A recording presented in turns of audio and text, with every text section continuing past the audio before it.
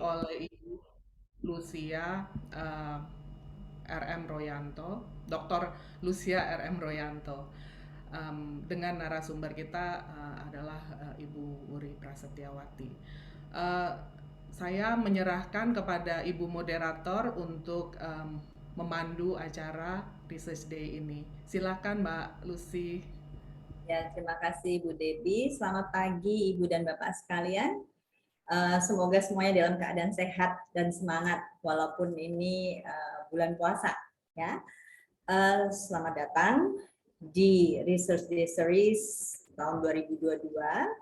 Research Day Series kali ini akan membahas tentang kegiatan Pengmas yang telah dilakukan oleh Laboratorium Learning, Education, and School Wellbeing. Ya, dengan judul program mengoptimalkan peran ibu dalam membangun minat baca anak usia dini dalam situasi pandemi. Ya, saya lihat di daftar peserta itu cukup banyak, ya lebih dari 100 peserta yang mendaftar, tapi di sini saya lihat masih ada 51 peserta. Mungkin perbedaan jam mempengaruhi juga ya. Saya lihat ada dari Kupang, ada dari Pasar, ada dari Medan, Surabaya, Palembang, Makassar, Gorontalo, Malang, Batam, dan Jakarta sendiri. Berasal dari berbagai universitas dan institusi dan sekolah. Ini cukup menggembirakan ya, karena cukup bervariasi pesertanya. Nah, sebagai pembukaan pengantar, ini adalah kegiatan Pengmas ya yang dilakukan oleh Laboratorium Learning, Education, dan School Wellbeing. Dan kita tahu bahwa suasana pandemi ini memberikan challenge tersendiri, ya, terutama buat ibu-ibu, buat orang tua dalam mengajarkan membaca. Nah, itu sebabnya laboratorium ini berusaha mengembangkan ya empowering mothers, mengembangkan keterampilan orang tua, terutama ibu dalam mendampingi anak-anaknya untuk belajar membaca. Nah, tanpa berpanjang-panjang, di sini ada narasumber presentan yang akan membahas tentang Pengmas yang dilakukan oleh laboratorium ini, yaitu Ibu Wuri Prasetyawati, MC, PhD Psikolog. Ya, Ibu Wuri ini telah bergabung di Fakultas Psikologi sudah lama sekali dan menyelesaikan PhD-nya di Australia, ya, di University of Queensland. Ada banyak publikasi ilmiah dari Ibu Wuri dan juga mengikuti berbagai pertemuan-pertemuan ilmiah. Jadi kalau dari segi kepakaran tentu tidak bisa diragukan lagi. Ibu Wuri ini tergabung di Lab Learning, Education, dan School Wellbeing, dan saat ini menjabat juga sebagai manajer pendidikan di Fakultas Psikologi UI. Untuk tidak berpanjang lebar, saya serahkan stage ini pada Ibu Wuri. Silakan Ibu Wuri, terima kasih. Terima kasih banyak Mbak Lucy. Saya memanggilnya Mbak Lucy biasanya. Terima kasih banyak atas kesempatannya. Assalamualaikum warahmatullahi wabarakatuh. Selamat pagi Bapak, Ibu, Mbak, Mas, teman-teman semua yang bisa hadir di sini. Terima kasih banyak meluangkan waktu untuk hadir dan mendengarkan sharing kami, apa yang sudah kami lakukan tahun lalu berkaitan dengan Pengmas yang sudah tadi Mbak Lucy ceritakan sedikit ya. Kami di sini senang sekali kalau mendapatkan masukan, kemudian juga nanti berdiskusi mengenai kegiatan Pengmas ini, karena pada dasarnya kegiatan Pengmas berkaitan dengan literasi menjadi salah satu unggulan dari kegiatan di kelompok riset kami dan selalu berkesinambungan, berkelanjutan dari tahun-tahun sebelumnya. Izinkan saya untuk share screen.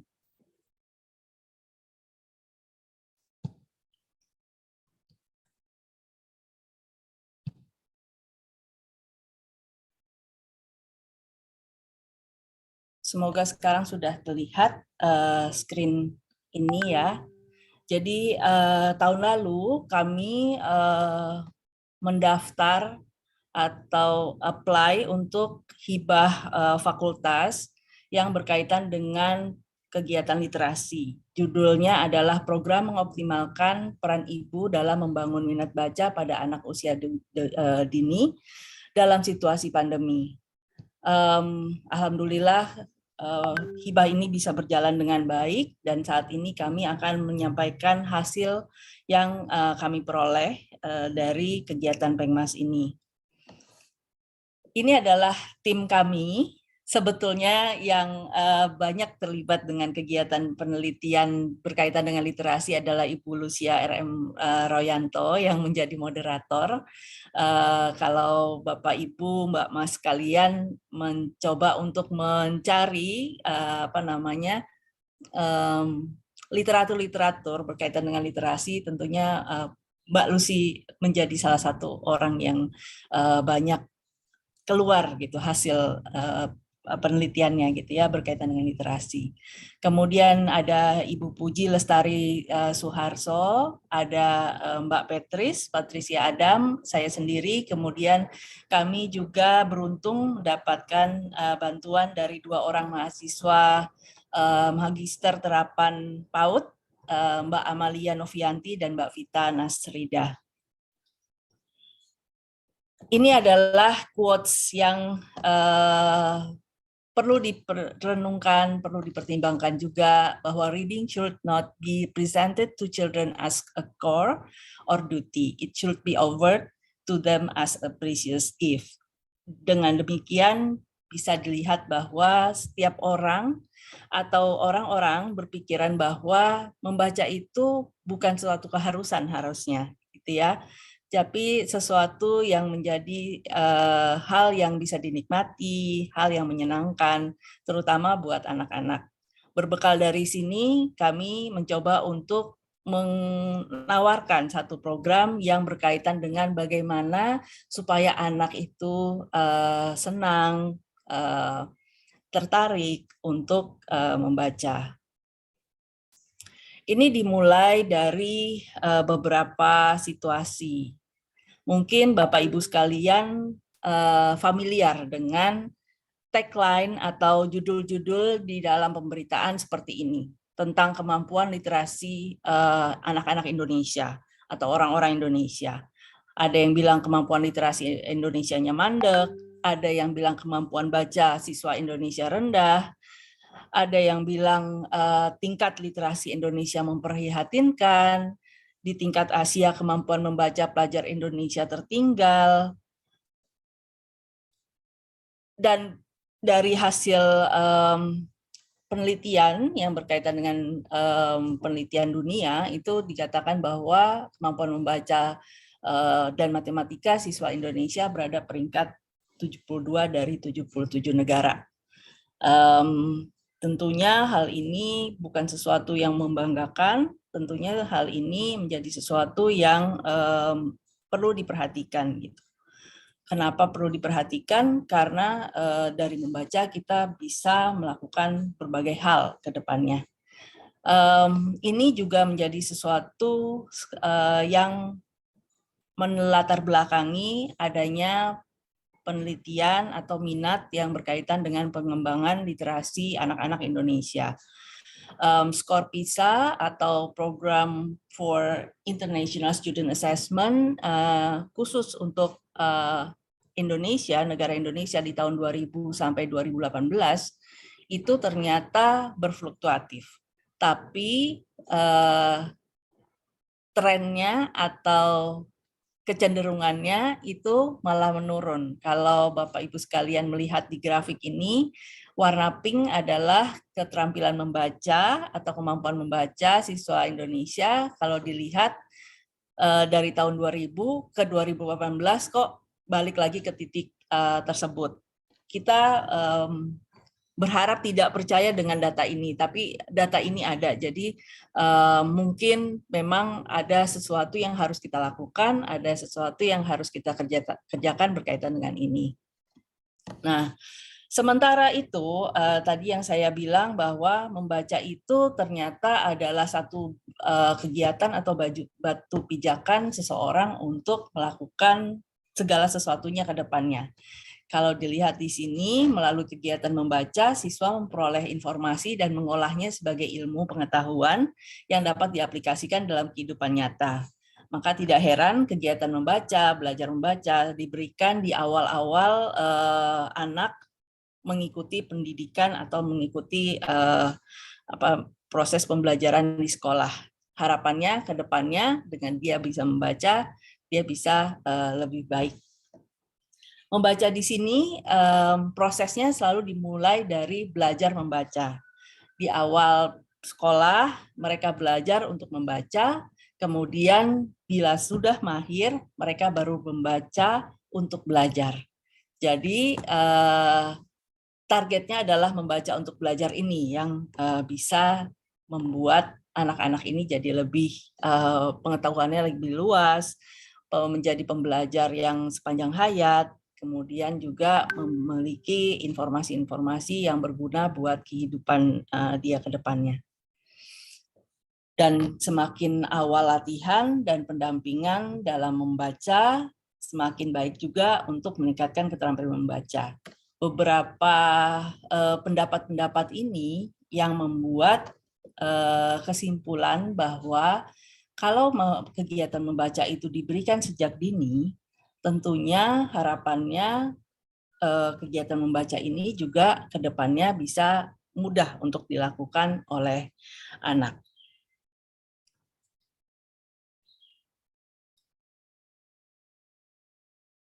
Sorry. Oh. Nah, ada beberapa faktor penting yang mendasari keberhasilan dari latihan membaca. Tapi di dalam hal ini, faktor yang penting berkaitan dengan kegiatan membaca itu adalah minat baca anak. Jadi, seseorang bisa lebih berminat untuk membaca, dapat menumbuhkan keinginan dia untuk kemudian terus melakukan kegiatan membaca. Nah, karena minat ini menjadi awal dari kegiatannya, harapannya adalah bagaimana caranya mengembangkan minat baca anak dulu, baru kemudian anak ingin untuk belajar membaca, yang kemudian diakhiri dengan bagaimana dia membaca untuk belajar ke depannya. Gitu. Nah, minat baca ini diharapkan menjadi satu faktor esensial yang mendasari keberhasilan anak dalam membaca, meningkatkan keterampilan membaca, dan keberhasilan yang penting untuk keberhasilan anak di sekolah hingga di dunia kerja. Balik lagi dari belajar membaca, kemudian membaca untuk belajar sesuatu. Nah, kegiatan membaca ini selalu terjadi di setiap waktu. Ada minat baca yang selalu dikembangkan melalui penyediaan buku dan pendampingan, pembelajaran di sekolah, kemudian aktivitas-aktivitas, mungkin juga ada yang di luar sekolah ya. Saya tahu ada beberapa bimbingan belajar khusus yang mengajarkan anak untuk membaca. Nah, pada situasi sebelum pandemi, hal ini umum atau wajar untuk dilakukan. Biasanya misalnya di sekolah, kemudian oleh guru, kemudian di les-les atau kursus seperti itu. Tapi bagaimana dengan masa pandemi?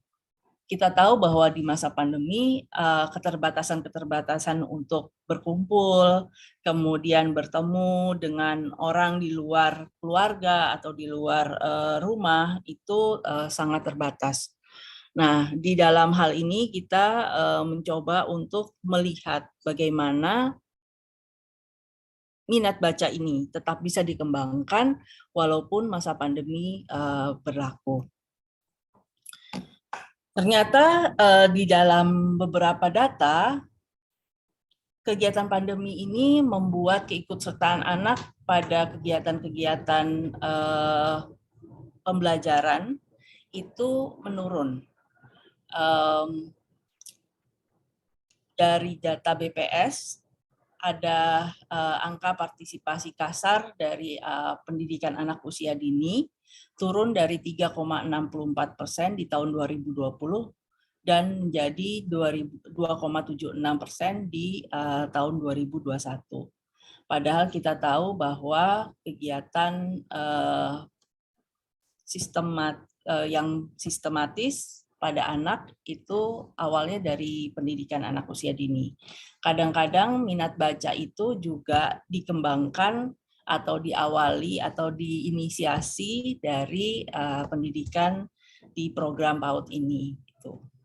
Nah, dan ada penelitian dari Setianingrum dan kawan-kawan juga di tahun 2014 menyatakan bahwa anak-anak yang mengikuti program pendidikan anak usia dini ternyata memiliki perkembangan kognitif yang berkembang 4 kali lebih pesat atau lebih baik dibandingkan anak-anak yang tidak mengikuti pendidikan anak usia dini.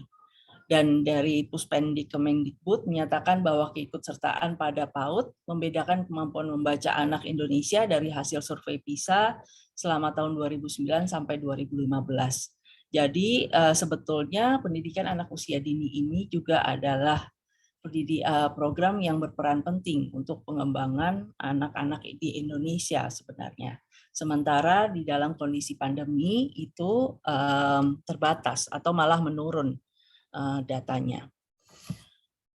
Seperti kita ketahui, sekolah termasuk PAUD di masa pandemi ke sebagian besar atau sebagian waktunya tutup supaya pencegahan penyebaran virus itu bisa ditanggulangi atau dikendalikan.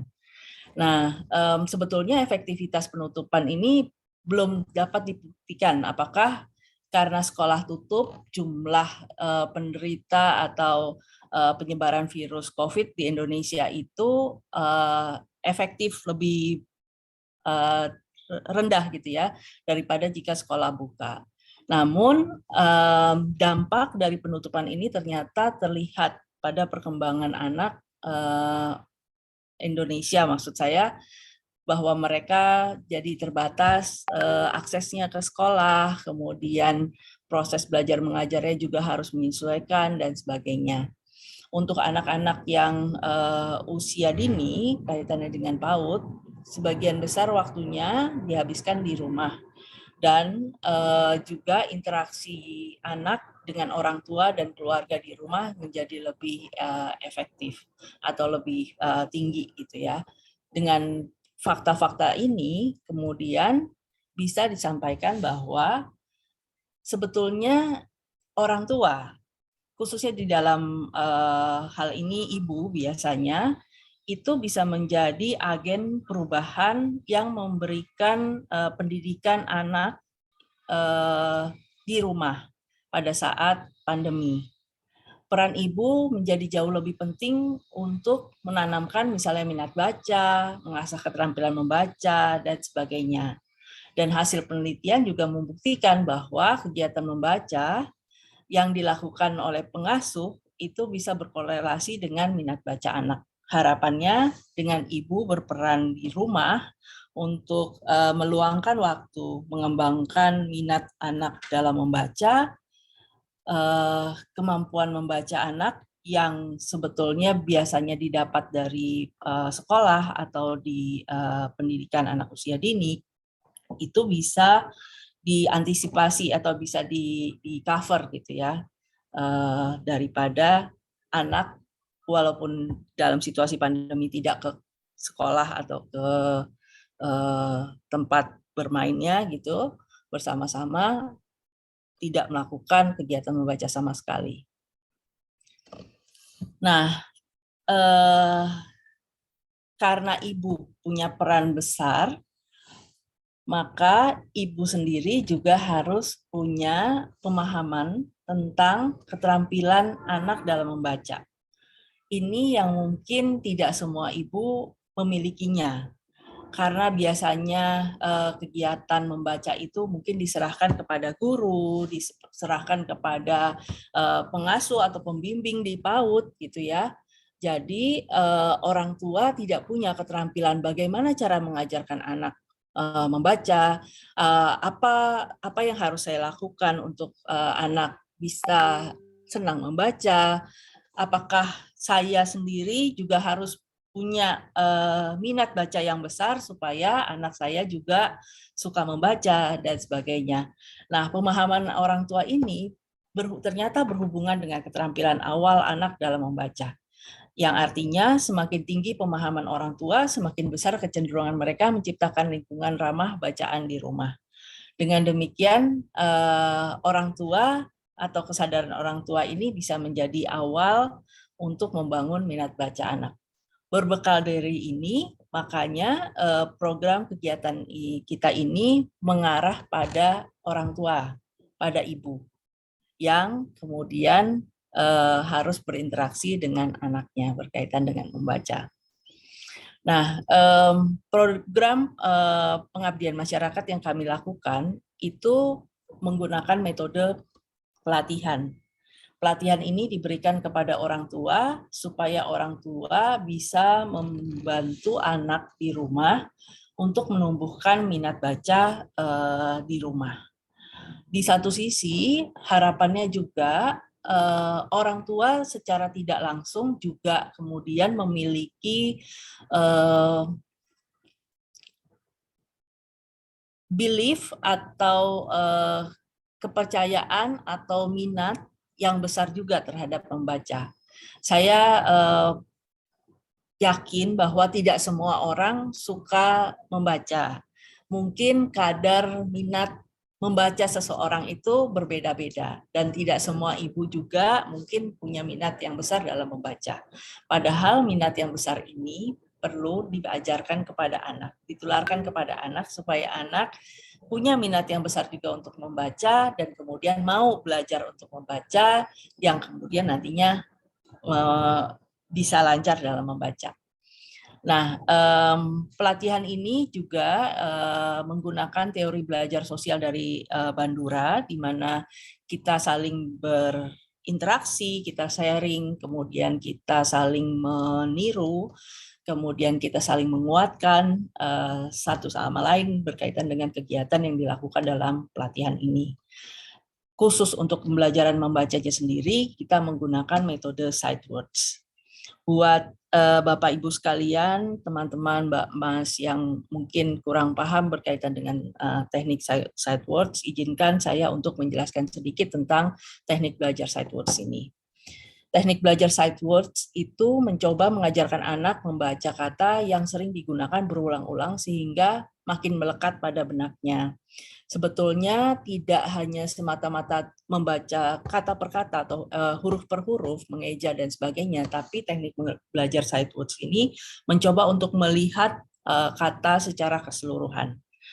Mungkin Bapak, Ibu, Mbak, Mas pernah punya pengalaman punya anak atau ponakan atau adik kecil yang belum bisa membaca tapi bisa menunjukkan simbol-simbol ini bukan ini ya, bukan promosi dan bukan menjadi partner yang mendukung kegiatan ini, tapi ini cuma contoh ilustrasi.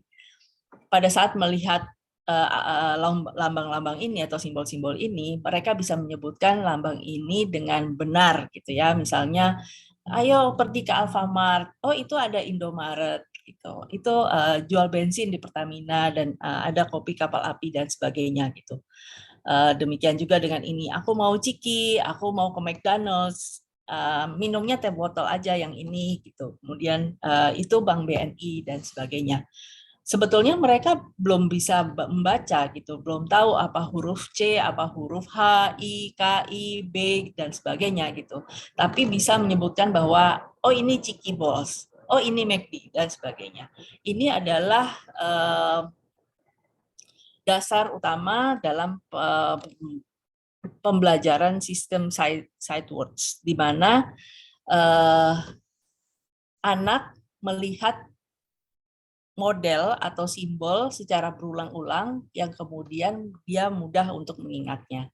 Dengan demikian, anak sebetulnya tidak dipaksa untuk belajar membaca, tapi secara tidak langsung juga terlihat bahwa mereka punya potensi untuk membaca seperti itu. Di dalam pembelajaran sight words ini, anak tidak dipaksa untuk membaca. Mereka tidak dipaksa untuk melihat bahwa ini Cheeky Balls, itu gambarnya seperti ini, ada CH dan sebagainya, ini McD dan McDonald's dan sebagainya gitu.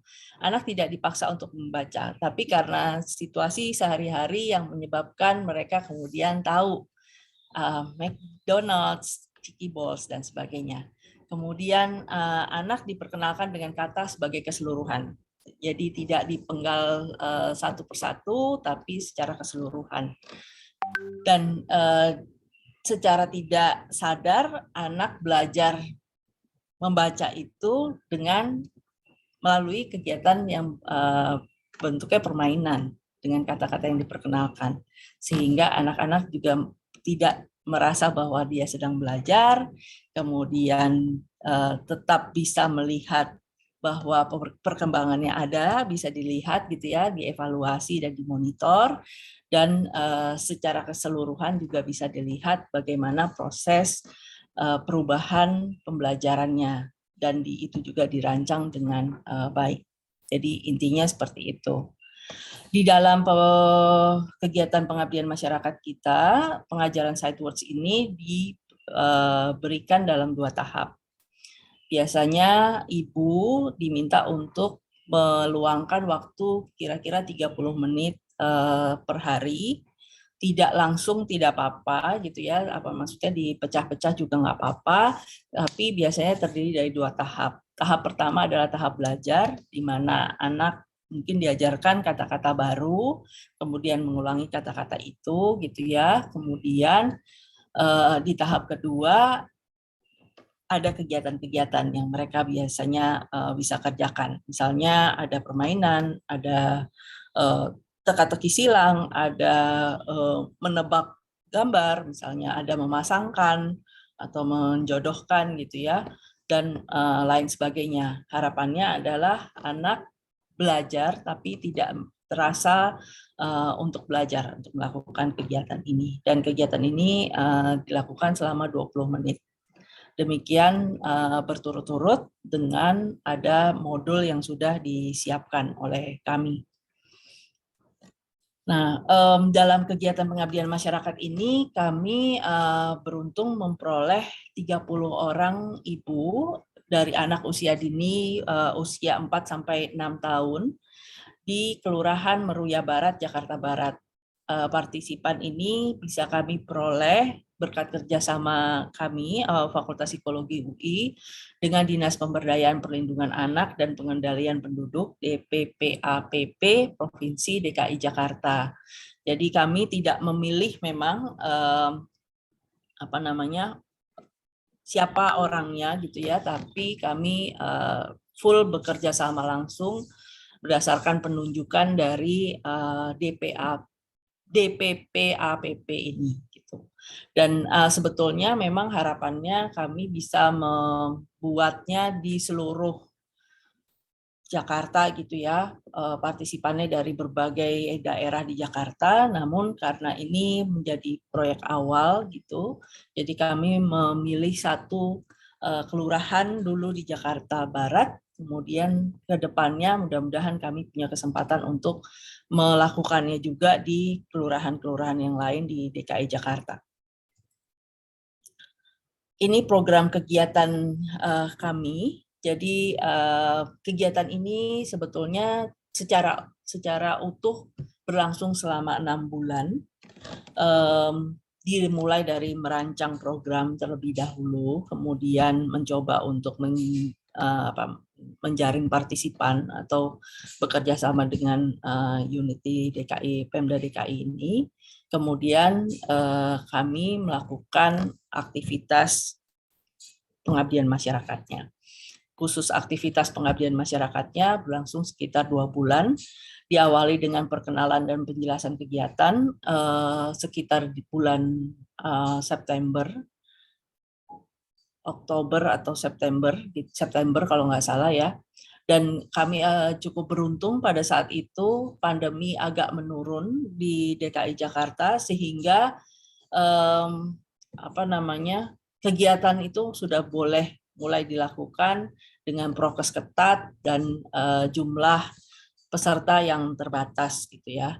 Jadi kegiatan perkenalan dan penjelasan kegiatan ini bisa kami lakukan secara luring, tatap muka langsung. Nanti akan kami sharing beberapa foto-foto berkaitan dengan itu.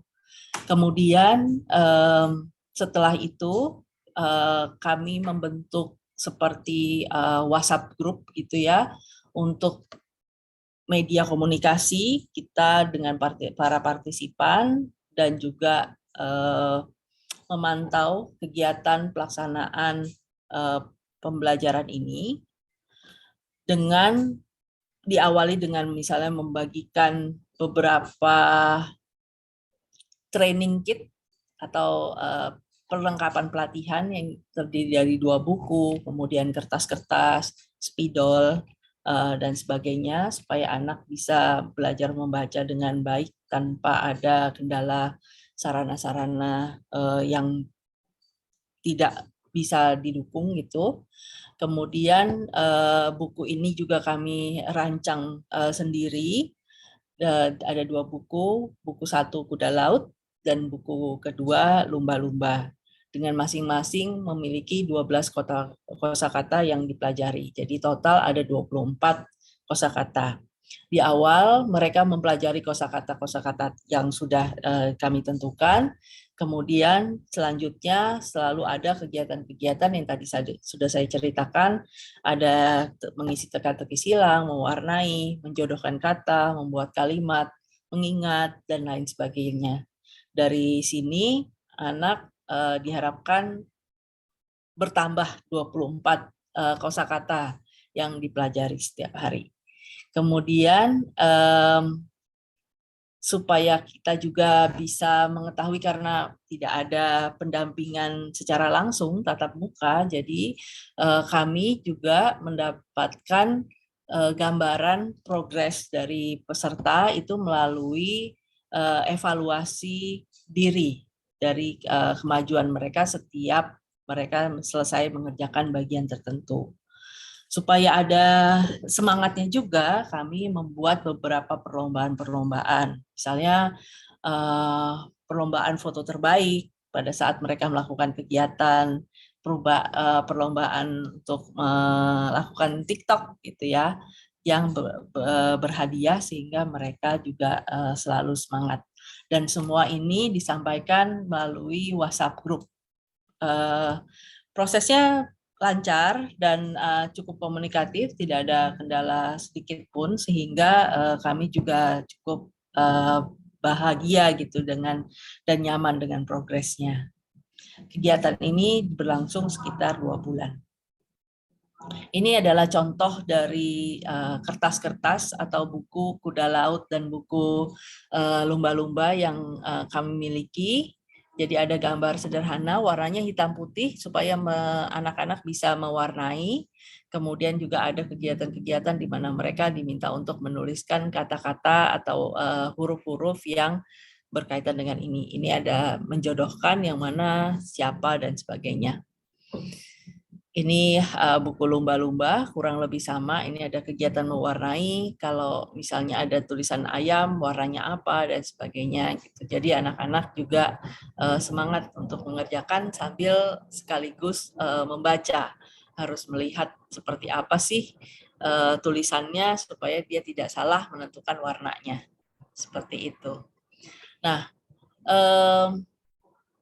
kami tadi sudah menyampaikan bahwa ada evaluasi diri yang sebetulnya melihat bagaimana mereka menjalani proses kegiatan dalam melaksanakan tugas yang mereka sudah miliki. Jadi ada 4 item di dalam evaluasi diri. Dan intinya mereka diminta untuk menjelaskan apa yang mereka rasakan. Apakah mereka semangat, apakah mereka happy, apakah mereka nggak happy, atau mereka biasa aja dengan itu. Kami juga mencoba untuk melihat sebetulnya ada nggak sih perubahan dari para ibu ini dari sebelum dan sesudah kegiatan. Oleh karena itu kami memilih 2 kuesioner yang kaitannya dengan bagaimana lingkungan pembelajaran itu mendukung, termasuk juga minat ibu atau kebiasaan ibu dalam membaca itu mendukung atau tidak dalam kegiatan anak, dan bagaimana anak sendiri memiliki sikap dalam membaca. Dan ini dilakukan sebelum dan sesudah kegiatan atau program ini dilakukan. Dan hasilnya adalah ternyata dari kegiatannya sendiri ada perbedaan yang signifikan dari kegiatan anak dalam belajar membaca. Jadi dalam meningkatkan minat bacanya. Jadi dari sebelumnya mungkin anak tidak terlalu punya minat dalam membaca, di akhir program ternyata ada perbedaan, anak jadi lebih baik minatnya dalam membaca atau lebih tinggi minatnya dalam membaca. Namun sikap ibu ternyata tidak terlalu signifikan bedanya. Jadi kalau misalnya sebelumnya ibu mungkin sudah semangat dalam atau berminat besar gitu ya dalam membaca, tidak membuat sesudah kegiatan itu berubah minat bacanya ibu itu. Demikian juga dengan kalau misalnya ibu itu tidak punya sikap positif terhadap membaca, ternyata di akhir tidak membuat dia menjadi lebih antusias atau lebih semangat. Gitu. Memang ini perlu penelitian atau melihat lebih lanjut gitu dari hasil ini. Kenapa dan bagaimana sebetulnya. Dan juga kita lihat bahwa ternyata juga tidak ada hubungan yang signifikan antara sikap ibu terhadap kegiatan membaca dengan apa yang anak lakukan atau pandangan ibu terhadap anaknya dalam kegiatan membaca itu. Gitu. Oh ya, sebetulnya metode yang kami gunakan di sini tidak hanya metode kuantitatif dengan menggunakan kuesioner dan sebagainya, tapi juga kualitatif. Dari kualitatif kita juga melihat bahwa ternyata ibu itu punya kualitas afektif pada saat berinteraksi dengan anaknya. Dilihat dari foto-foto, kemudian dari reaksi, kemudian dari respons, dan komentar-komentar yang diberikan di WhatsApp group, itu menunjukkan bahwa ibu juga menikmati, ibu juga merasakan adanya manfaat atau kondisi yang menyenangkan pada saat program kegiatan. Ini ada kualitas afektif dari ibu selama proses kegiatan, ternyata ada interaksi yang hangat dengan anak, kemudian ada kontak fisik, ada sensitivitas ibu juga untuk membantu anak dalam belajar gitu ya, sesuai dengan apa yang sudah ditemukan pada penelitian Sonnenschein dan Munsterman. Dan juga kualitas afektif ini diharapkan dapat memprediksi minat baca anak. Mungkin ini ada sedikit video yang bisa di. Dek, udah laut. Ini. Ya, Masih. Ini prosesnya ikan. Seperti ini. Makan. Ini. Yang ini apa deh? Saya ngasih ting-ting. Wah. Ya, seperti itu. Jadi interaksi dengan anak dan ibu juga cukup intens gitu ya, dan ini dilakukan setiap harinya. Apa deh? Nah, dari hasil refleksi diri tadi ada 3 kuesioner yang diberikan atau 2 kuesioner dan 1 evaluasi diri. Nah, ini refleksi diri atau evaluasi diri dari para ibu. Sebagian besar atau hampir semua malah ibu-ibu dan anak-anak ini merasakan bahwa kegiatan belajar membaca atau kegiatan meningkatkan minat baca ini menyenangkan. Mereka menikmati, mereka merasa senang, mereka gembira terhadap apa yang mereka lakukan selama aktivitas. Kalau dilihat dari min-nya, rata-rata merasa gembira dalam semua kegiatan. Dan ini membuat kami juga melihat bahwa wah ternyata makin lama ini juga makin meningkatkan rasa atau minat ibu dan anak dalam membaca. Jadi bisa disimpulkan bahwa sikap ibu tidak menunjukkan adanya perbedaan pada saat sebelum maupun sesudah pendampingan. Memang tidak ada perubahannya, tapi ternyata dalam kegiatan membaca pada anak ada perbedaan kegiatannya. Jadi mungkin sebelumnya anak lebih banyak meluangkan waktu untuk hal-hal yang lain, tapi dengan kegiatan ini anak meningkatkan kegiatan-kegiatan yang kaitannya dengan membaca. Kemudian, meskipun ibu tidak memiliki minat dalam membaca, namun aktivitas yang dilakukan bersama ibu dan usaha ibu untuk mengajarkan anak membaca jadi lebih baik gitu ya. Harapannya adalah ibu sekarang jadi lebih sadar, punya awareness gitu ya, bahwa ternyata dia atau ibu bisa melakukan kegiatan membaca bersama anak, bisa mengajarkan anak terhadap membaca. Walaupun tidak terlihat ada perbedaan yang signifikan, tapi harapannya adalah tetap ada perbedaan antara minat baca ibu sebelumnya dan yang sekarang. Setidaknya juga ibu merasa capable atau mampu untuk melakukan bantuan terhadap anak supaya anak bisa lebih baik dalam keterampilan membacanya. Dan contoh dalam kegiatan pembelajaran ini atau kegiatan pengabdian masyarakat ini, ibu jadi tahu bagaimana caranya mengajarkan anak membaca. Mungkin juga ibu jadi punya ide-ide untuk mengembangkan lebih lanjut bagaimana caranya anak belajar membaca tanpa paksaan. Ibu juga mungkin jadi lebih mengenal keterampilan anaknya atau kemampuan anaknya, potensi anaknya, sehingga ibu juga bisa mengembangkan ke depannya jadi lebih baik gitu ya. Walaupun anak mungkin tidak bisa belajar di sekolah karena pandemi, tapi ibu bisa mengambil alih pengembangan kemampuan membaca anak ini. Nah, dari situasi ini atau dari hasil dari pengabdian masyarakat ini, kami juga menyimpulkan bahwa sejalan dengan Senegal dan kawan-kawan, lingkungan literasi di rumah itu menjadi hal yang sangat penting untuk tempat belajar anak memperkaya kemampuan dia belajar membaca, baik belajar membaca secara bahasa lisan maupun tulisan. Jadi keterlibatan orang tua yang ada di rumah itu menjadi juga penting dalam berperan serta mengembangkan kemampuan anak. Dan pendampingan ibu dalam kegiatan membaca memang dibutuhkan oleh anak. Meskipun ibu tidak menunjukkan minat atau antusias dalam membaca, mungkin karena ibu juga tidak terbiasa untuk membaca gitu ya. Tapi pendampingan ini dianggap sebagai suatu dukungan sosial buat anak.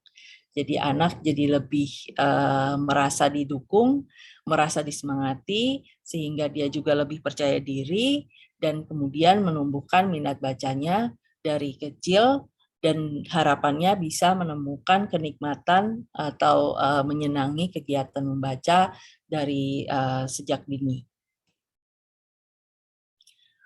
Ya, walaupun memang kami melakukan kegiatan ini, tentunya ada beberapa keterbatasan-keterbatasan yang diharapkan bisa dikembangkan lagi nanti jika kami mendapatkan kesempatan untuk melakukan kegiatan yang sama di tempat-tempat yang lain. Yang pertama, karena kegiatan pengabdian masyarakat ini sebagian besar itu lebih banyak aplikatif dari penelitian atau teori yang sudah dilakukan sebelumnya, misalnya sight words, kemudian belajar membaca dan pengetahuan tentang literasi, termasuk juga pelatihan gitu ya. Namun apabila bisa lebih ilmiah, mungkin kegiatan pengabdian masyarakat ini dapat dilakukan sebagai penelitian eksperimental. dengan menggunakan kelompok kontrol yang tidak mendapatkan treatment apapun gitu ya, sebagai pembanding efektivitas program. Jadi mungkin ke depannya kalau kita berminat untuk melakukan penelitian eksperimental, kita pakai 2 kelompok, 1 kelompok eksperimental dan 1 kelompok kontrol.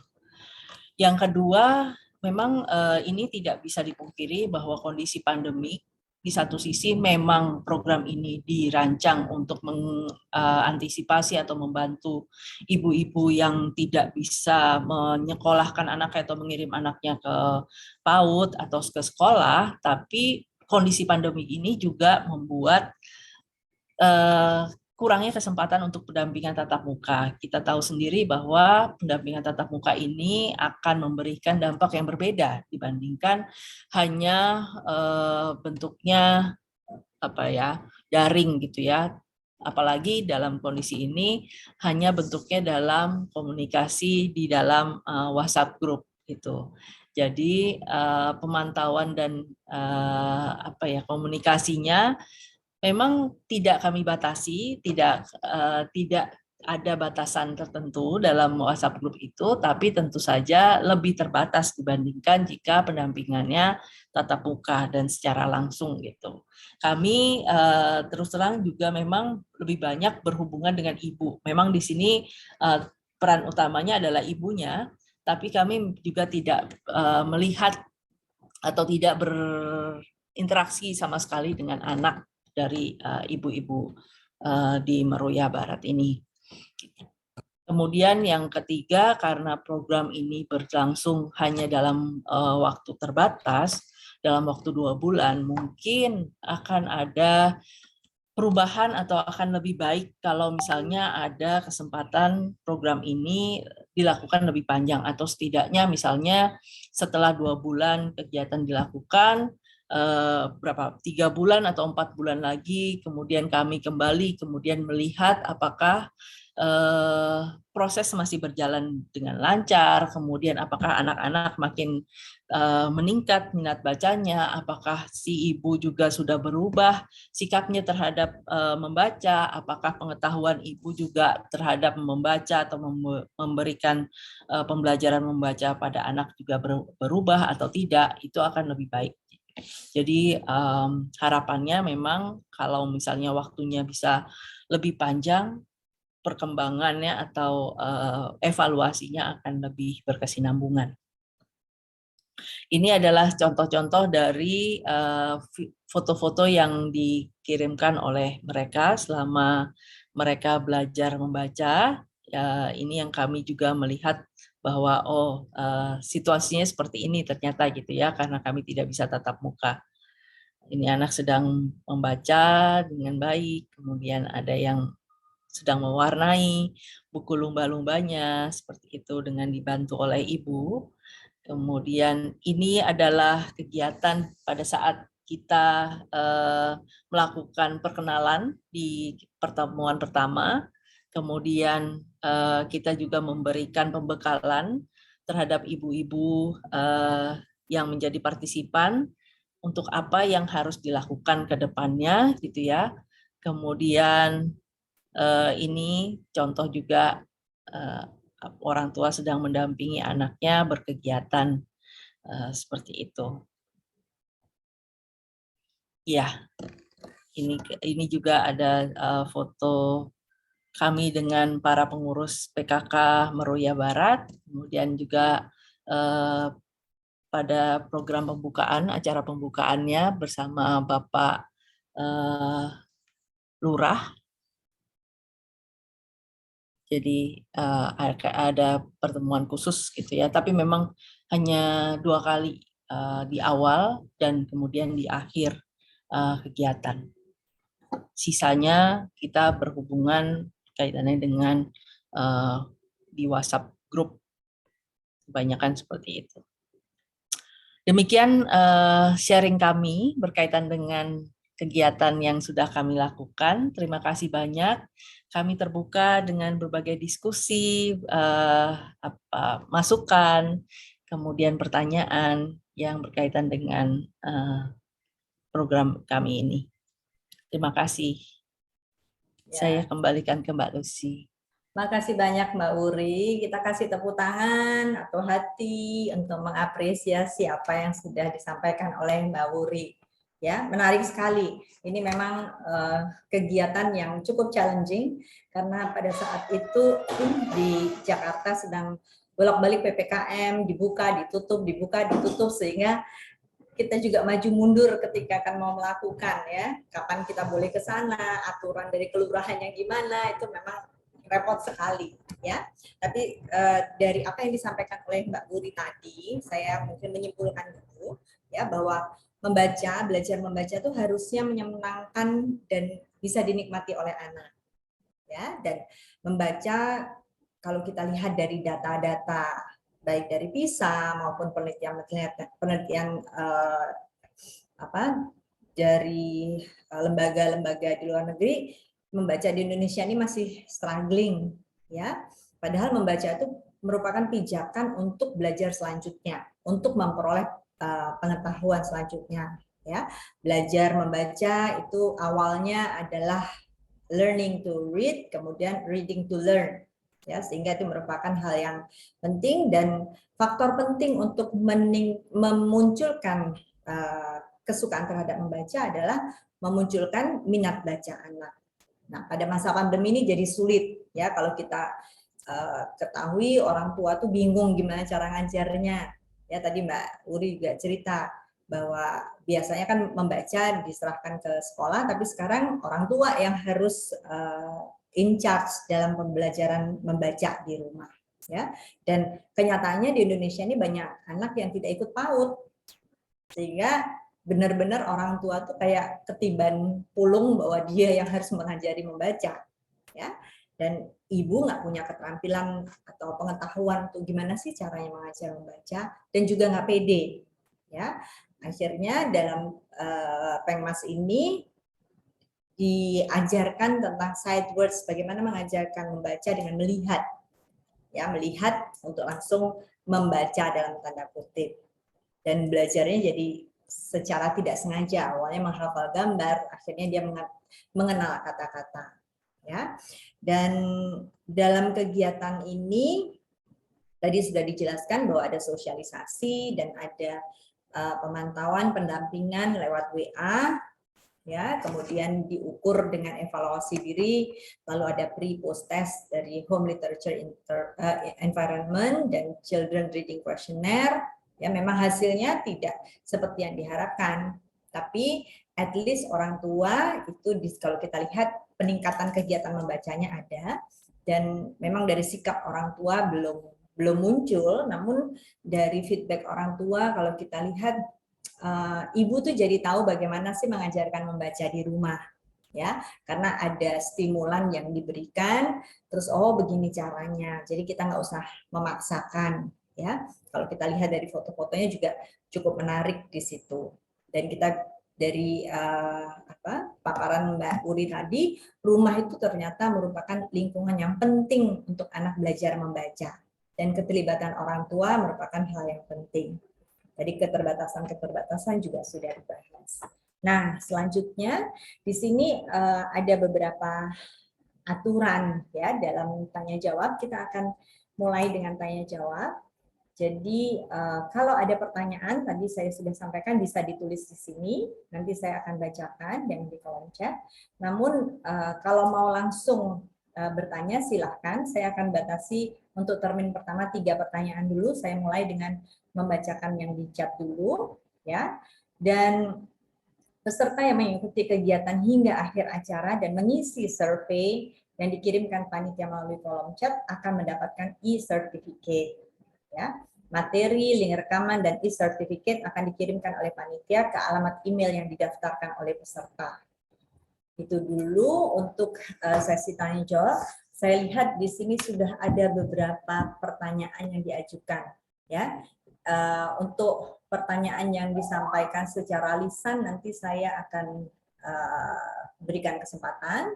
Tapi di sini saya mulai dengan Mbak atau Ibu Novia. Saya izin bertanya, untuk ketersediaan waktu tiap ibu tentu beda-beda, terlebih ibu yang bekerja. Sebaiknya rata-rata waktu yang digunakan untuk menemani anak berkegiatan tiap harinya berapa menit? Terima kasih. Itu pertanyaan pertama.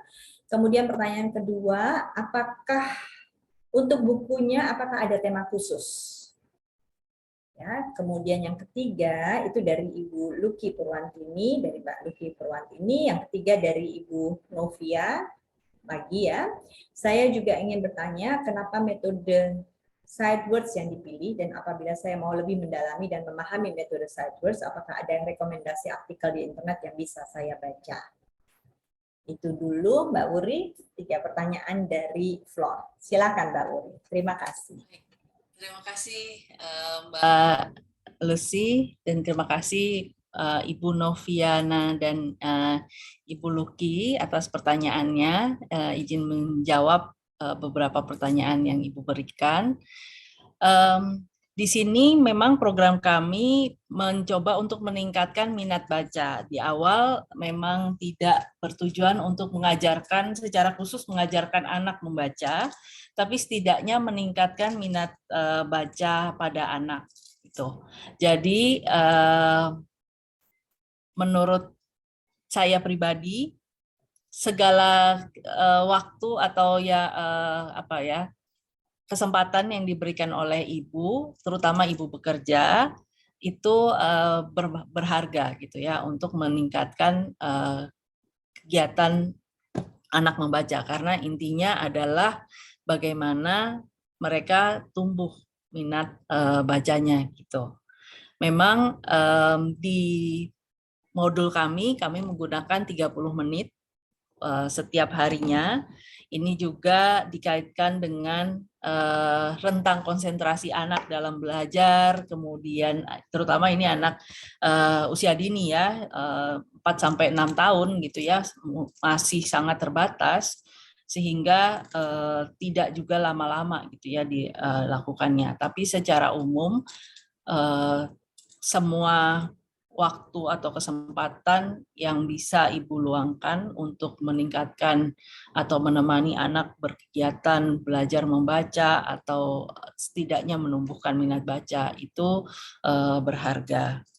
Kalau saya boleh sharing juga, Bu Noviana, ini sebagian besar ibu-ibu yang menjadi partisipan di kegiatan kita kemarin itu adalah ibu rumah tangga gitu ya. Jadi memang aktivitasnya sebagian besar di rumah, mengasuh anak secara penuh, demikian. Gitu. Jadi tidak mungkin sedikit sekali yang ibunya bekerja. Kemudian untuk kaitannya dengan buku, apakah ada tema khusus? Tidak ada tema khusus, Ibu. Memang kami hanya memilih judul lumba-lumba dan kuda laut supaya anak jadi lebih tertarik. Kemudian isinya kosakata yang digunakan adalah kosakata yang dekat dengan kehidupan anak sehari-hari, tidak sesuatu yang baru, tapi juga mungkin sesuatu yang mendasar yang bisa mereka pelajari. Gitu. Saya ini juga ya karena ini sebetulnya Mbak Lucy juga sangat jadi ketua malah di dalam tim ini dan sangat menguasai gitu ya. Jadi nanti mohon izin untuk memberikan kesempatan pada Mbak Lucy sebagai moderator, jadi double job. Mbak Lucy kalau ada yang mau ditambahkan ya, tapi saya menjawab Bu Noviana yang terakhir dulu ya tentang metode Sidewords. Ya, memang banyak sekali metode membaca yang diberikan atau yang ada gitu ya secara ilmiah, Bu Noviana. Kami memilih Sidewords karena tadi Sidewords itu mencoba untuk anak belajar kata-kata secara utuh dengan berbekal pandangan bahwa anak itu punya potensi belajar membaca atau kemampuan membaca dari kecil. Pada saat mereka bisa mengenali lambang-lambang dan sebagainya, kemudian bisa menyebutkan dengan benar masing-masing lambang tersebut, kami berpikir bahwa metode Sidewords ini adalah metode yang mungkin cukup mudah dan layak atau bisa dikembangkan pada anak-anak Indonesia terutama yang di DKI Jakarta gitu ya. Kemudian untuk rekomendasi artikel di internet, mungkin nanti kita bisa berkontakan, tapi sebetulnya kalau Ibu cari apapun yang berkaitan di internet tentang Sidewords, itu akan menjelaskan tentang bagaimana metode ini sebetulnya dijalankan, ada berbagai macam tahapannya, dan ada berbagai macam aktivitasnya gitu. Kami hanya memilih beberapa aktivitas yang memungkinkan dilakukan. Seperti tadi dikatakan bahwa ini dilakukan di masa pandemi, kemudian moda komunikasinya juga terbatas, jadi kami memang memilih beberapa yang memungkinkan untuk dilakukan. Seperti itu kira-kira. Mbak Lucy, kalau mau ada yang ditambahkan silakan. Terima kasih. Terima kasih Mbak Wuri, ini lucu banget ini. Jadi kita, saya jadi double agent. Kalau untuk kata-kata yang dipilih, memang kita berdasarkan ada beberapa penelitian tentang kata-kata yang banyak digunakan oleh anak prasekolah. Ya, itu kami dapat dari jurnal, ya, Jurnal Indonesia. Ada beberapa deretan list kata yang banyak digunakan oleh anak usia prasekolah. Dari situ kami mengambil. Selain itu juga kata-kata yang banyak digunakan oleh anak-anak sehari-hari, yang banyak benda-benda yang banyak ditemui oleh anak sehari-hari. Jadi dari situ kami buat, dan itu akan memudahkan karena misalnya ketika mereka sudah dalam tanda kutip hafal dengan deretan kata-kata itu, kemudian mereka membuat kalimat jadi lebih mudah karena mereka setengah menghafal bentuk-bentuk kata, yaitu sebabnya kenapa disebut Sidewords. Kemudian ketika mereka membuat kalimat sederhana jadi mudah. Misalnya ada gambar saya, ya, terus ada gambar anak lagi makan, terus ada gambar nasi, ya. Kalau bahasa Jawa ceteng, ya, ceteng dengan nasinya gitu. Nah, di situ dia menyusun saya kertas, potongan kertas saya, ya, makan nasi. Nah, nanti lama-lama dia tadinya melihat gambarnya, gambar saya, terus ada gambar anak lagi makan nasi. Lama-lama itu ketika dicopot dia tahu bahwa itu adalah saya makan nasi. Begitu idenya. Jadi mengajarkan membacanya nggak dipaksa saya SA saya ya makan MA maka AN kan NA na SIC gitu, bukan begitu, tapi dia melihat kata itu sebagai keseluruhan. Nah, metode ini mungkin berapa puluh tahun yang lalu di Indonesia digunakan, ya, SAS ya kalau nggak salah, ya, di SD, ya. Tapi memang kalau kita bicara tentang membaca kan ada banyak cara, ya, tapi karena di sini untuk meningkatkan minat, maka dicarikan yang fun, yang mudah, yang dekat dengan diri mereka sehari-hari. Begitu pertambahan dari saya. Baik, saya akan lanjut ke, mungkin ada pertanyaan yang ingin langsung disampaikan sebelum saya kembali ke chat. Silakan. Oh ya, Mbak Indri. Satu Mbak Indri, terus siapa lagi? Ada lagi? Ini Mbak Syafira. Oke, Mbak Syafira. Ada lagi? Satu lagi.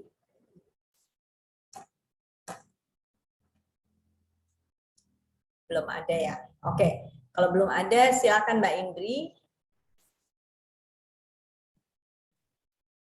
Terima kasih Bu Lucy. Terima kasih buat Mbak Wuri. Program pengembangan masyarakat yang sangat menarik dan sangat membantu kita, ya. Saya berpikir juga ini bisa diaplikasikan untuk orang tua yang tidak memiliki akses terhadap PAUD, saya rasa. Pertanyaan saya ada dua, mungkin yang kedua akan sangat berhubungan dengan tadi penjelasan dari Bu Lucy. Yang pertama lebih pada, saya tertarik aja, curious, mengenai tidak ada perbedaan sikap. Tadi benar nggak tadi? Mungkin saya salah dengar. Benar ya? Dari orang tua, dari ibu, dari pre dan post pendampingan, ya. Itu saya bertanya-tanya mengenai kenapa tidak ada perbedaan di situ. di sini pada saat kita menyebarkan kuesioner, apa kita juga melakukan penentuan status socio-economic status di situ, karena mungkin ada perbedaan di situ. Walaupun tadi Mbak Uri bilang kalau lebih banyak ibu-ibu dari Kelurahan Meruya ini merupakan ibu rumah tangga.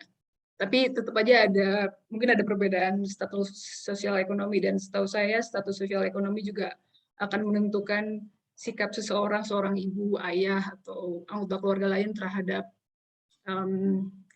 minat untuk membaca atau kebiasaan membaca. Itu pertanyaan pertama. Yang kedua mengenai sight words, ini saya mungkin butuh penjelasan lebih lanjut lagi dari Mbak Uri dan Ibu Lucy, karena pemahaman saya soal sight words itu agak berbeda di sini.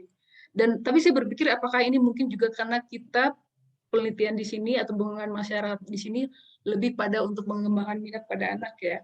Karena sepemahaman saya soal sight words itu pertama memang high frequency words yang tadi Ibu Lucy sudah sampaikan, kata-kata yang banyak dipergunakan dan banyak dilihat, jadi benda-bendanya banyak dilihat di sekitar anak usia prasekolah. Yang kedua, sepemahaman saya, sight words itu tidak membutuhkan accompanying concrete image kalau nggak salah. Jadi tidak butuh picture kalau saya nggak salah di situ. Kenapa? Karena sepemahaman saya, ide dasarnya adalah agar anak bisa menyambungkan antara pelafalan sebuah huruf. Jadi misalnya kata saya tadi seperti Ibu Lucy sampaikan, jadi pelafalan a, saya, dan melihat itu dalam bentuk langsung dari word-nya.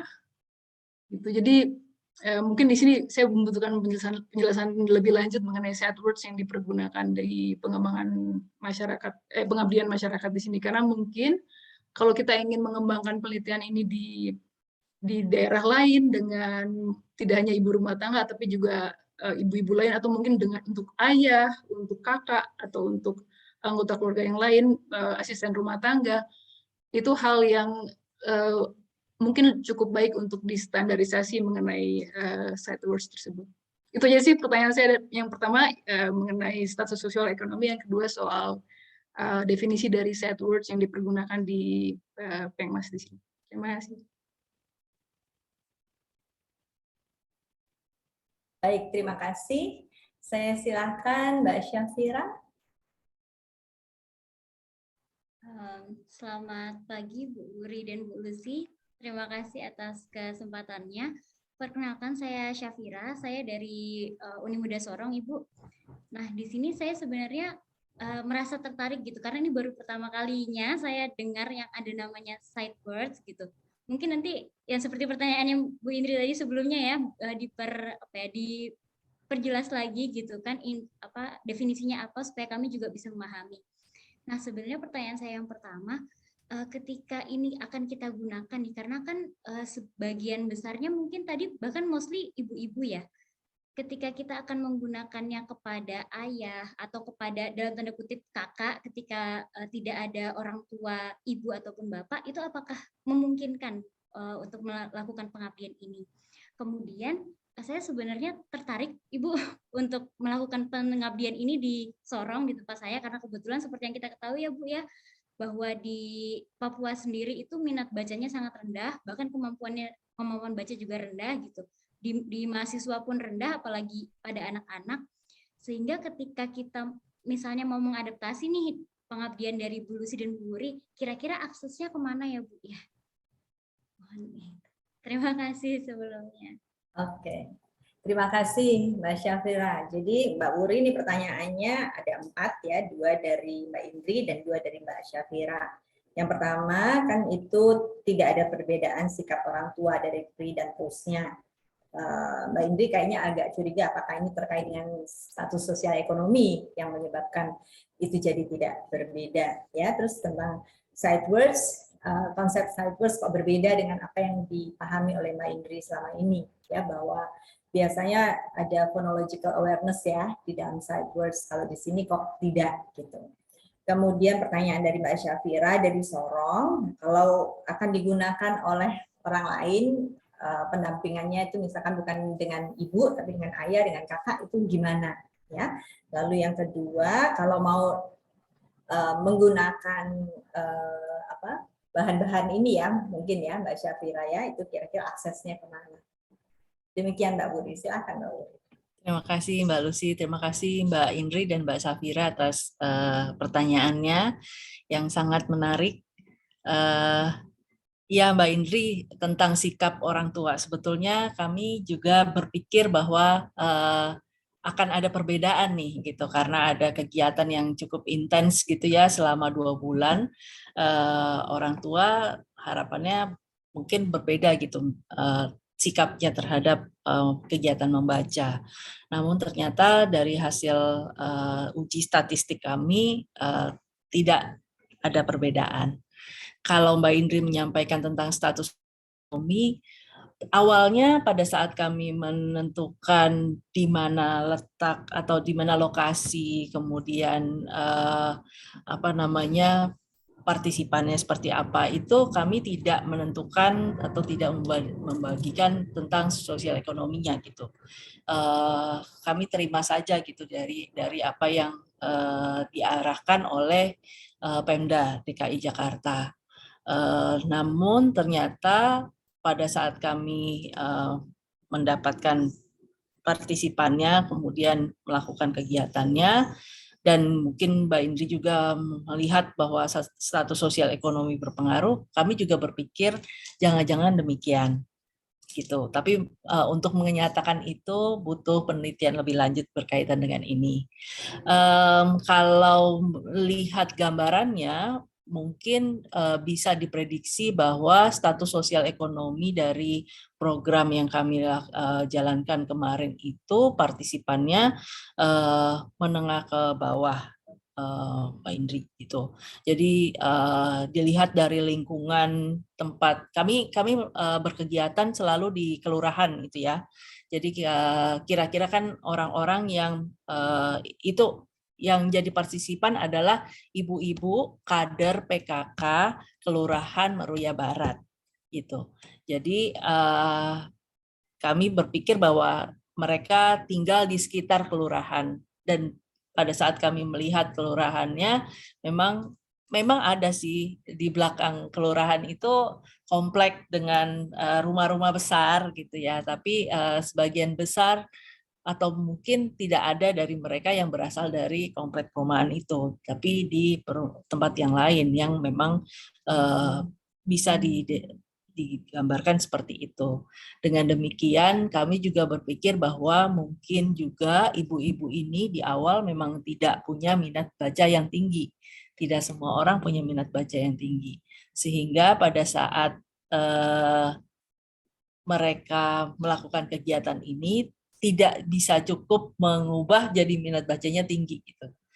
Tapi saya pribadi sih merasa yakin bahwa ada perubahan gitu. Cuma secara statistik itu tidak terdeteksi signifikan gitu. Tapi kalau dilihat dari sikapnya, makanya secara kualitatif gitu ya, dari sikapnya, responsnya, antusiasmenya itu jelas terlihat ada perbedaan di antara sikap sebelum dan sesudah. Sebetulnya seperti itu kira-kira. Butuh penelitian lebih lanjut sepertinya dengan Mbak Indri nih berkaitan dengan ini ya.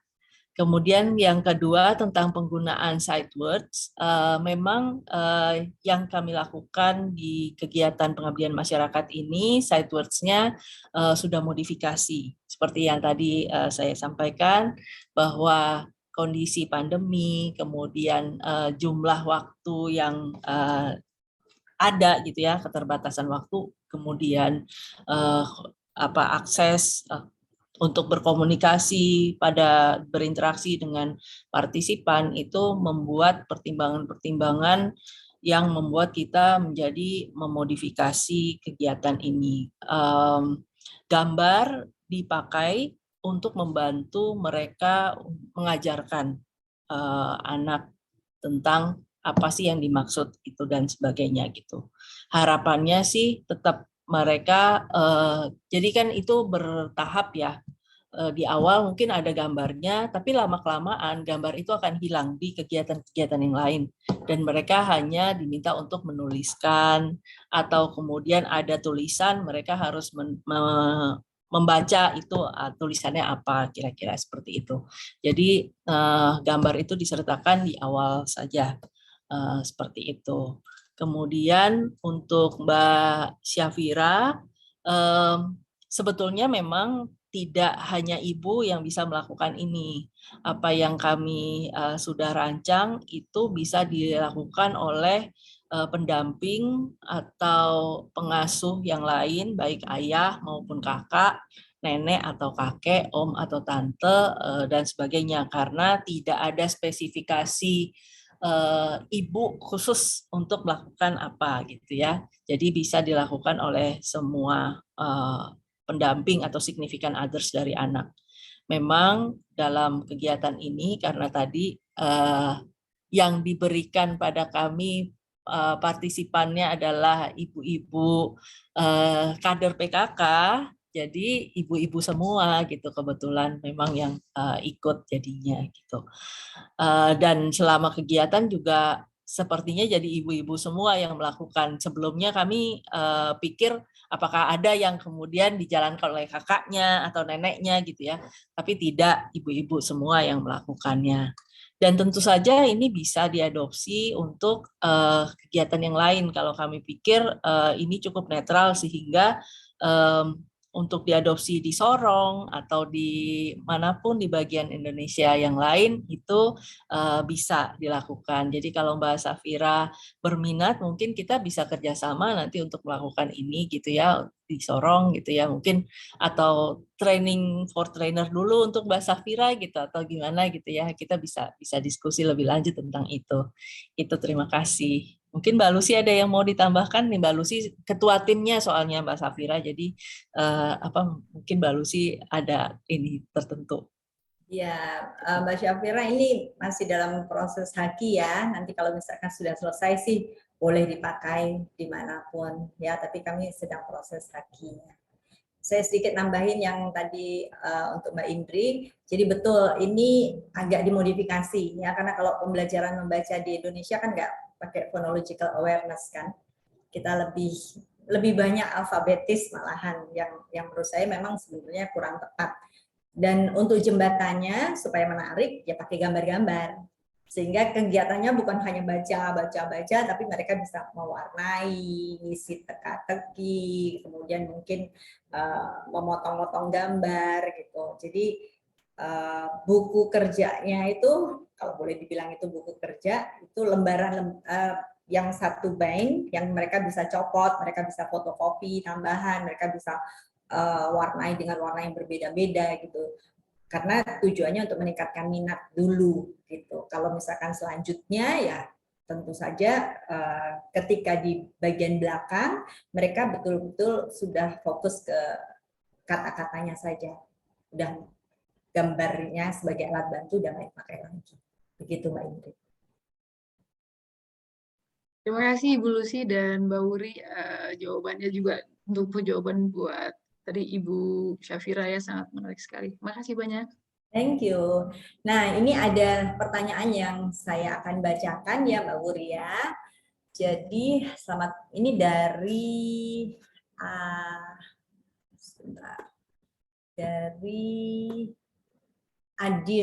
Adilia Lutfi.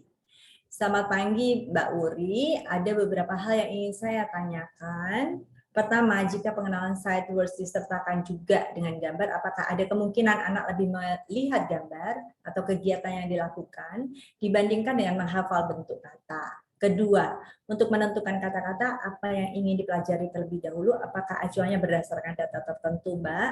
Kemudian, Mbak, sebelum memulai program ini berarti anak tidak perlu dicek terlebih dahulu kemampuannya dalam recognizing letters ya, Mbak? Terima kasih, Mbak Wuri. Itu dari Mbak Adilia. Wah, ini dari Mas Yudo nih, dari Madura nih.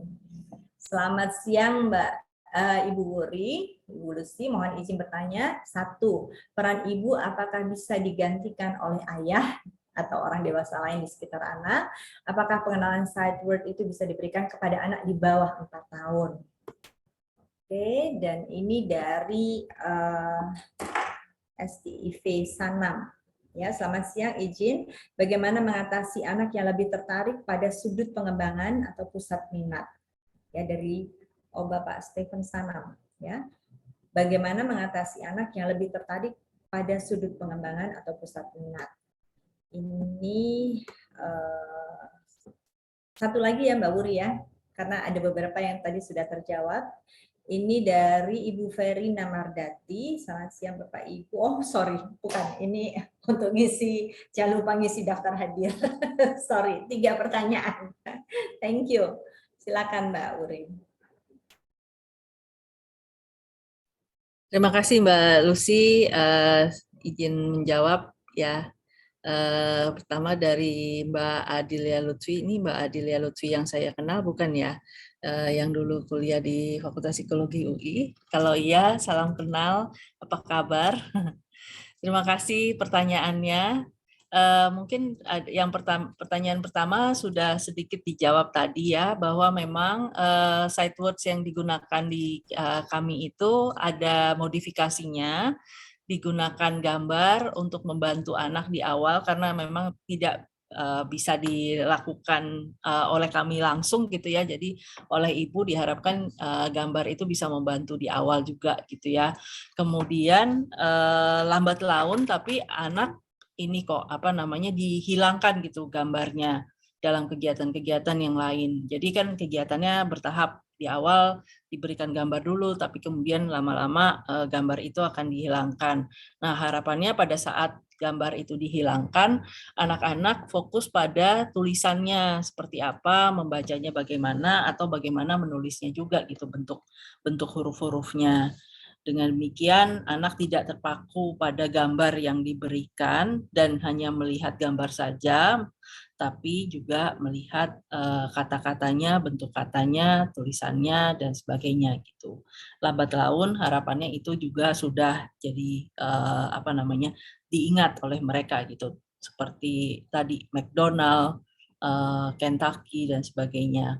Kemudian untuk menentukan kata-kata yang ingin dipelajari, ada acuannya. Iya, tadi Mbak Lucy sudah menyampaikan bahwa kami mencari dulu sebetulnya kata-kata apa, level kata-kata dari masing-masing tingkatan usia, kemudian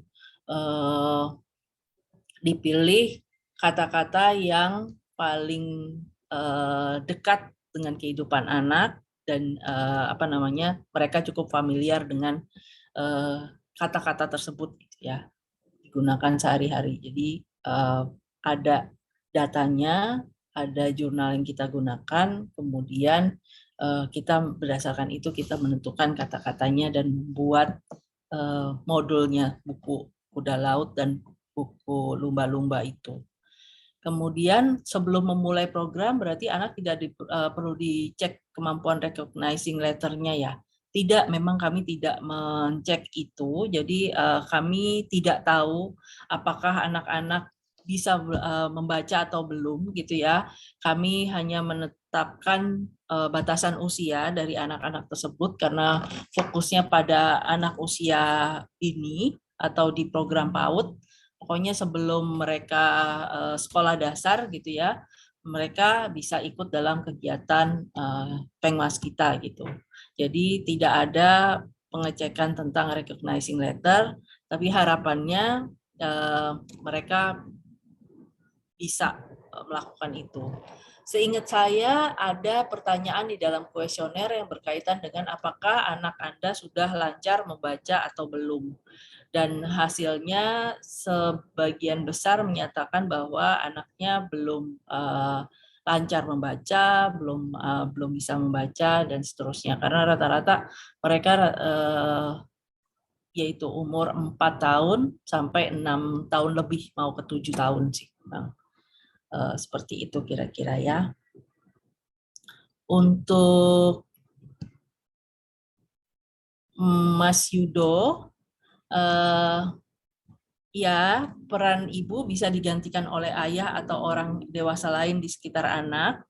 Program ini atau modul ini memberikan kesempatan tidak hanya pada ibu atau tidak spesifik peran ibu tertentu yang harus dilakukan, tapi sebetulnya orang dewasa lain yang bisa membaca atau bisa membantu anak, yang mungkin familiar juga dengan anak, dekat dengan anak, itu bisa melakukannya. Dan apakah pengenalan side words ini bisa diberikan kepada anak di bawah 4 tahun? Mungkin bisa, tapi terbatas gitu ya, dan juga kata-katanya tentu berbeda karena level kata-kata yang semakin rendah tentu juga jumlah kata-kata yang dikenali anak juga terbatas gitu. Dan juga jumlahnya itu juga terbatas, mungkin lebih sedikit seperti itu. Kalau memang akan diberikan pada anak di usia di bawah 4 tahun. Demikian kira-kira jawabannya. Mudah-mudahan sudah memuaskan atau belum. Atau Mbak Lucy ada yang mau disampaikan? Silakan, Mbak. Ya, setuju sih dengan pendapat Mbak Wuri tadi. Jadi harus dilihat kembali ya, Mas Yudo, karena yang kami buat ini untuk 4-6 tahun, sehingga kosakatanya memang sesuai untuk 4-6 tahun. Untuk yang lebih rendah, ya harus dicari yang lebih sederhana. Tapi saya rasa kalau 4 tahun mungkin tidak perlu terlalu serius-serius diajarin membaca ya, nanti anaknya stres.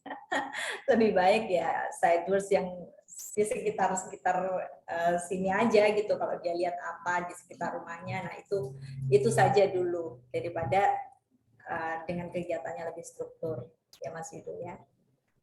Oke, thank you. Nah, ini pertanyaan yang terakhir dari Bapak Steven Sana. Mungkin bisa open mic apa yang dimaksud di sini supaya Mbak Wuri bisa lebih jelas. Silakan Pak Steven. Iya, mohon maaf Pak, terlewat tadi ya.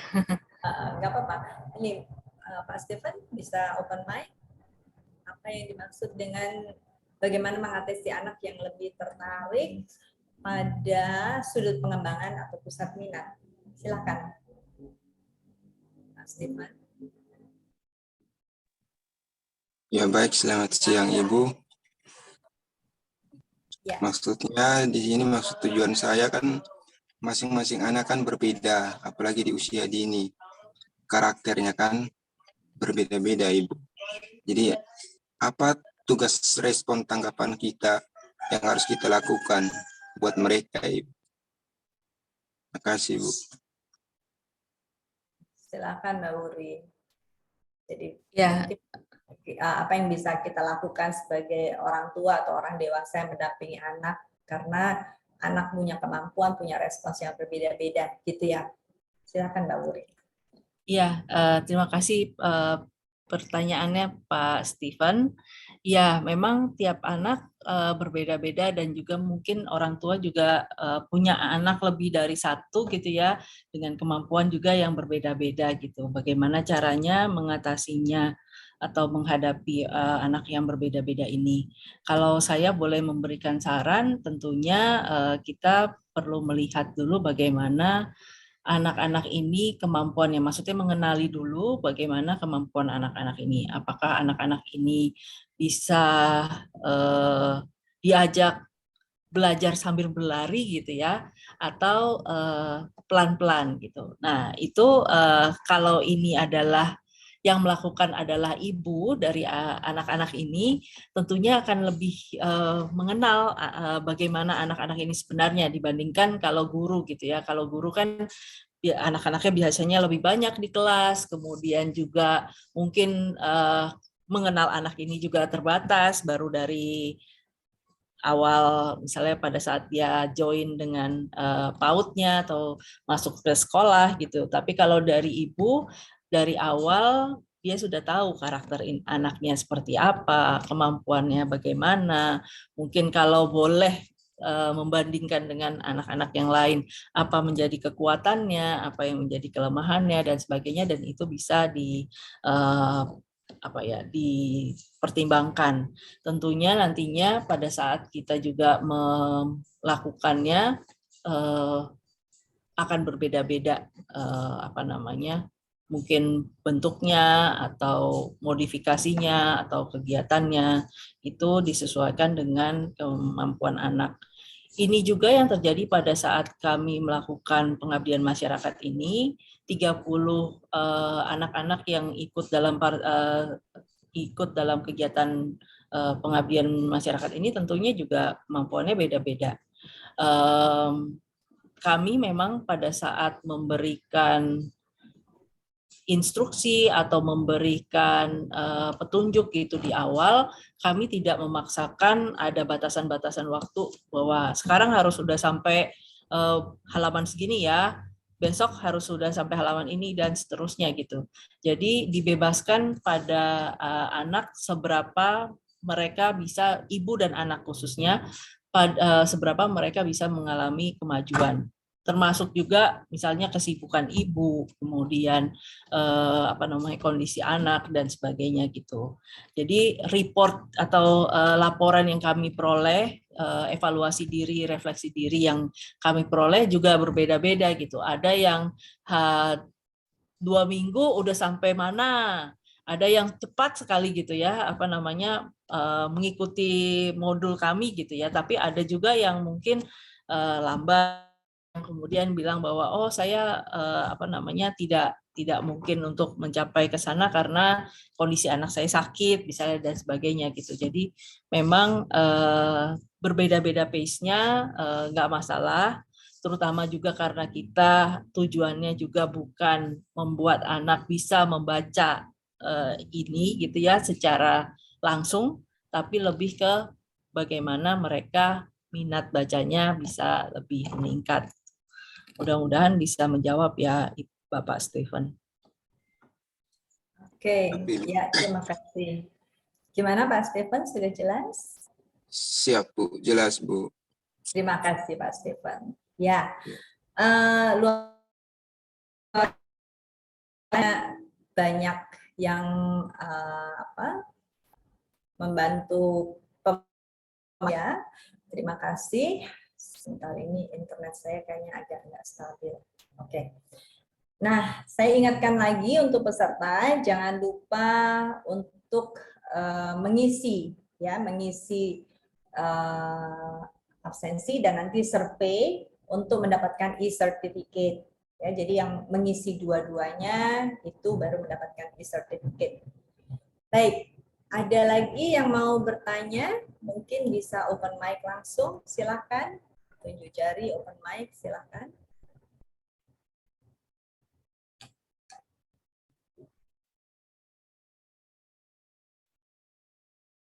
Tidak ada. Oke. Baik, ini tidak ada lagi yang mengajukan pertanyaan. Saya pikir saya perlu menggarisbawahi beberapa hal ya dari apa yang kita sudah bahas pada hari ini ya tentang bagaimana program mengoptimalkan peran ibu dalam membangun minat baca anak usia dini di situasi pandemi ya. Ini memang challenge tersendiri kalau kita dengar tadi dari Mbak Uri bahwa situasi pandemi ini memberikan tantangan tersendiri untuk ibu ya, untuk orang tua. Kalau tadi ditanyakan apakah Bapak boleh terlibat, boleh dalam sosialisasi kami mengatakan Bapak, Kakak juga boleh ikut, tapi ternyata dalam pelaksanaan ibu semuanya mengerjakan ya. Jadi di sini jelas sekali ada peran gender yang jelas dalam pengajaran membaca apapun itu masih diserahkan pada ibu. Nah, keberhasilan dari Pengmas ini tentu saja didukung oleh Pemprov DKI, terutama ibu-ibu kader PKK ya yang selama ini banyak terlibat di dalam kegiatan-kegiatan, dan kita lihat juga bahwa keterlibatan ibu yang cukup baik dalam kegiatan ini membantu meningkatkan minat baca anak. Memang idealnya ada tes dalam tanda kutip membaca pada anak langsung ya, tapi itu tidak mungkin kita lakukan. Kita coba cari akal gimana caranya, pada saat itu memang tidak bisa kita lakukan untuk bisa ketemu dengan anak satu-satu untuk mengecek satu persatu ya, tapi itu yang maksimal bisa kita lakukan selama Pengmas ini. di mana memang pada Pengmas ini kita lebih tekankan pada PAUD-nya.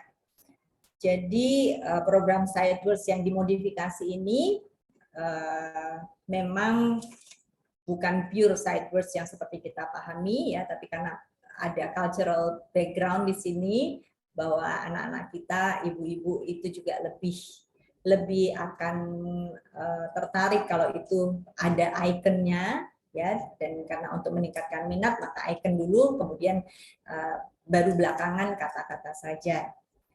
Nah, saya rasa masih ada lagi yang ingin bertanya. Kalau misalkan tidak ada, izinkan saya untuk mengakhiri kegiatan hari ini. Saya berterima kasih ya atas atensi dan perhatian, atas pertanyaan-pertanyaan, diskusi-diskusinya. Semoga ini semua akan menambah wawasan Ibu dan Bapak dan mungkin memberikan ide ya bagaimana kita bisa membangun minat baca anak dengan cara yang sederhana ya. Saya sebelumnya mungkin memberikan pengumuman juga bahwa kalau Ibu Bapak tertarik dengan Research Day kami di bulan-bulan berikutnya, silahkan mengikuti medsos Fakultas Psikologi UI ya, topik-topik apa nanti yang akan dipaparkan di bulan-bulan depan, karena ini kegiatan yang secara rutin dilaksanakan di Fakultas Psikologi. Dan untuk pertanyaan yang lebih lanjut boleh menghubungi panitia melalui email rpmfc@uiacid ya. Nanti kalau ada pertanyaan-pertanyaan silahkan mengajukan pertanyaan di sana. Dan saya mungkin sebelum saya tutup, kita kasih aplaus untuk Mbak Wuri. Boleh hati, boleh tepuk tangan ya. Terima kasih banyak Mbak Wuri untuk sharing luar biasanya. Dan terima kasih untuk Ibu dan Bapak yang bertahan di sini, walaupun yang mendaftar tuh di atas 100, tapi ternyata yang hadir di sini 75, ya mungkin karena perbedaan waktu dan puasa tiba-tiba membuat kita jadi berubah pikiran, enggak deh ada yang lebih penting lagi ya, tapi saya apresiasi Ibu dan Bapak tetap bertahan di sini sampai akhir acara. Saya mohon maaf jika ada hal-hal yang kurang berkenan dalam pelaksanaan dan dalam proses kegiatan hari ini. Kami dari Fakultas Psikologi mengucapkan terima kasih dan selamat beraktivitas selanjutnya. Dari panitia ada perlu foto bersama atau tidak?